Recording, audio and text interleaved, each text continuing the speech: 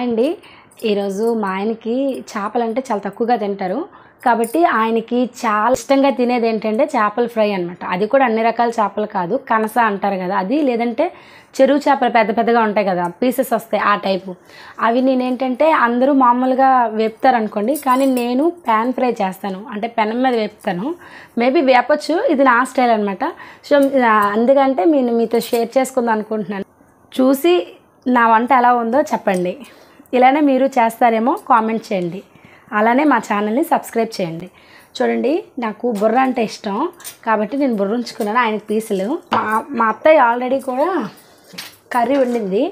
మా అత్తయ్య మామయ్య వచ్చారండి. ఇగో ఇది వాళ్ళు కర్రీ తింటారు, ఇగురు. మా అత్తయ్య చాలా బాగా వండుతుంది, కాకపోతే నేను ఇగురు తింటాను కొన్ని ముక్క తిన్నాను, అదనమాట నా స్పెషల్. ఫ్రై మా ఇద్దరికి ఇష్టం, అందుకే ఇది మా ఇద్దరి కోసం. పసుపు ఉప్పు వేసాను, కొంచెం కారం. ఇలా చేస్తే అంటే చేప అసలు తిన్న వాళ్ళు కూడా తింటారండి. ఎలాంటి వాళ్ళైనా సరే తినేటట్టు ఉంటుంది, అసలు టేస్ట్ బాగుంటుంది. మెయిన్ కనస చాలా బాగుంటుందండి, పీసెస్ వస్తాయి, ముళ్ళు ఉండవు. ఇగోటండి, ఇగో ఇలా కలుపుకున్నాను. కలుపుకున్న వెంటనే వేపడానికి పనికిరాదు, అందుకనే కలిపేసి ఒక పావు గంట ఉంచుతాను. ఉంచిన తర్వాత మళ్ళీ వీడియో కంటిన్యూ చేస్తాను. ఇందాకలా మనం అన్నీ మిక్స్ చేసి పెట్టుకున్నాం కదండి, అది కొంచెం పట్టాయి దానికి చక్కగా.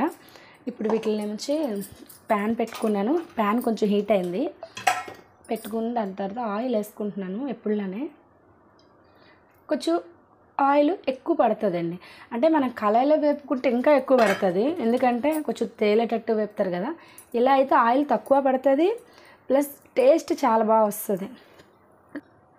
అయితే ఇప్పుడు బుర్ర అంటే అందరూ పీసెస్ గట్టా వేపుతారండి. నాకు తెలిసి ఇవి కూడా వేపచ్చు. నేను ఎలా వేపుతానో మీకు చూపిస్తాను. ఇదిగోటండి, హెడ్ వేపుతాను. చూసారా ఆయిల్ వేడెక్కిందా, కాబట్టి దాంతోపాటు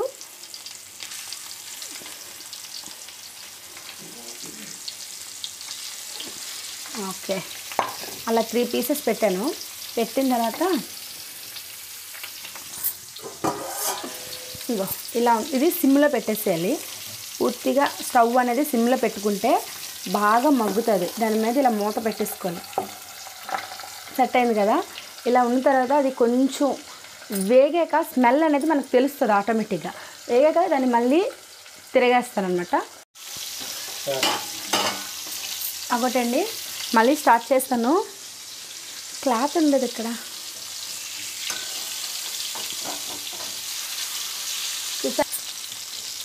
ఆల్రెడీ ఒకటి తిరగేసానండి. ఇగో ఇప్పుడు హెడ్ తిరగేస్తున్నాను. ఇగో చాలా ఈజీ అండి.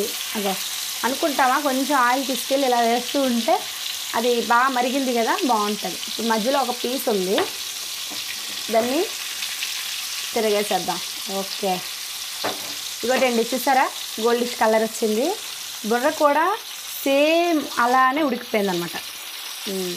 చూడండి,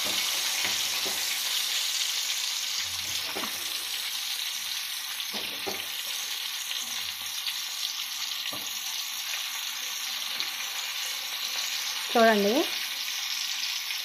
ఓకే, ఇలా అడుస్తూ ఉంటే బుర్ర కొంచెం ఎత్తుగా ఉంటుంది కదా, ఉబ్బెత్తుగా, లోపలికి ఆయిల్ వెళ్ళడానికని నేను అలా ప్రెస్ చేస్తున్నానండి. పీసెస్కి అసలు ఏం టచ్ చేయగలరు, ఆటోమేటిక్గా అయిపోతే.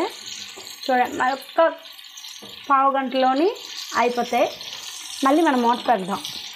మూత అనేది మళ్ళీ పెట్టేద్దాం.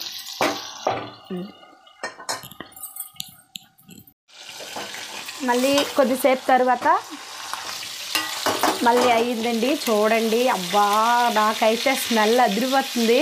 మీకు ఎలా ఉందో నాకు తెలియదు, కానీ ఎంత వేగంగా అయిపోయింది అంత తినేద్దామని ఉంది.